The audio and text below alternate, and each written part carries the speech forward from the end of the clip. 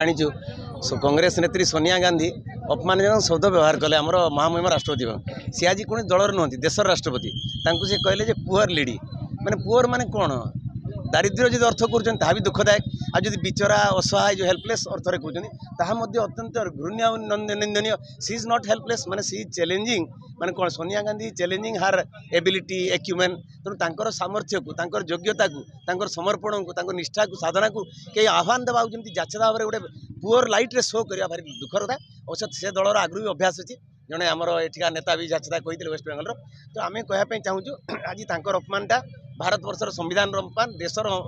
अपमान सबकिछर अपमान तेणु आम निंदा कर से क्षांत हूँ आज से कार्यक्रम से मात्र थिला भारत वर्ष सारा तांकर से वक्तव्यर प्रतिवाद रे ध्वनि उठी आशार होगा स्वाभाविक आ मयूरभंज माटी होगा स्वाभाविक कारण मयूरभंज से भूमिकन्या से आज राष्ट्रपति आम गौरवर विषय तेणु एभली गर्व गौरवर विषय जहाँ आम कर जो पूरा सोनिया गांधी कहले दुखदायक केत दिन से भावे से देशर राष्ट्रपति तो आम से मात्र कथा जे इटा हम बर्दाश्त करूँ we are not going to tolerate such देश स्वाधीन 1947 में बहुत जन देशप्रेमी माने निजर जीवन को उत्सर्ग कर देश को स्वाधीन करने किंतु आरएसएस मुख्य मोहन भागवत जेपरी से बयान दौरान कि देश स्वाधीन हो राम मंदिर तैयारी है सेटा बहुत निंदनीय बहुत माने खराब लगिला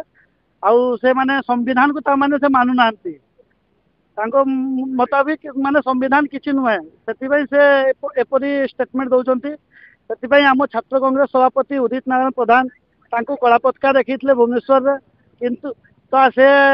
उदित प्रधान जो अच्छा सी सांविधानिक हिसाब से कला पताका देखले किंतु एबे माने चक्रांत करी फॉरवर्ड करूचंती माने हैरान करूचंती जेल को पठे जदि उदित प्रधान को तुरंत रिलीज न करा जाए आगामी दिन में छात्र कांग्रेस हो युवा कांग्रेस हो आम राजरास्ता को उल्लेबा एटा आज